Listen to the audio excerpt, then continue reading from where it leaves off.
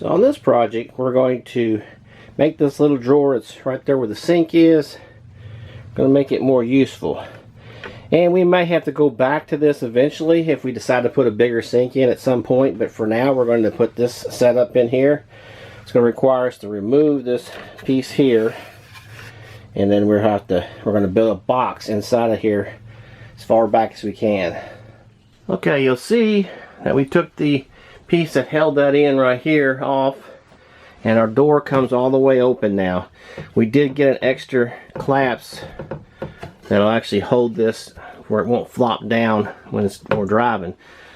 One thing to know about is that you're not going to gain a lot of space in here. Our main thing is we think we'll get a little bit more. What we're going to do is make this set down lower inside of here. It's going to go out to the sides, but it's going to hit the sink ultimately, and so I'm going to make a thin piece in that back there to keep that from being a big problem. Going to go 4 inches deep in the bottom, which actually hits where the sink is, and we'll have to cut a piece around this sink so that anything we have in here won't bounce out the back. So we'll get working on that project and get this thing together and see how it works out. This is the box I made for behind that piece in that cabinet there. Basically I put some grooves in here to accept the small thin board I've got at the bottom. Same thing with the top. Made this thin at the back because I've got that sink to contend with back here in the back. I'm going to see how well this will fit, but I may have to actually use a jigsaw and cut down in here for that sink. I need a back to keep things from falling off the back of that. Made it extra deep. It's deeper than the drawer. The drawer is going to be about, face is going to be right about there. It's going to drop down a little bit. That gives me a little more space in there.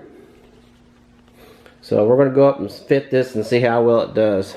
So got the box installed in there, and I did have to cut out a little bit around the sink right here to fit up as tight as I could.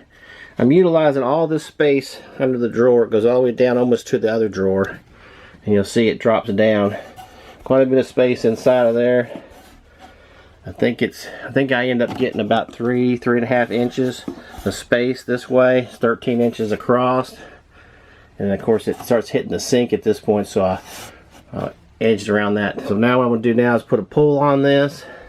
That way this door won't flop open when we're driving, and that'll pretty much finish it up. So I got that project finished up. Here it is. Drawer now has a catch up at the top that I bought at Lowe's, but it's exactly like the ones that come with the Geo Pro. Opens all the way up. Got a nice deep pocket in here. You can see full size spices fit in here.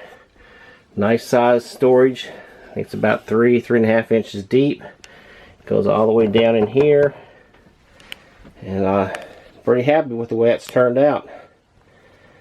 If you've done anything with this drawer on your Geo Pro, let me know in the comments, and if you have any questions on how I did this project, also address those in the comments, and we'll see you again on the next RV Short.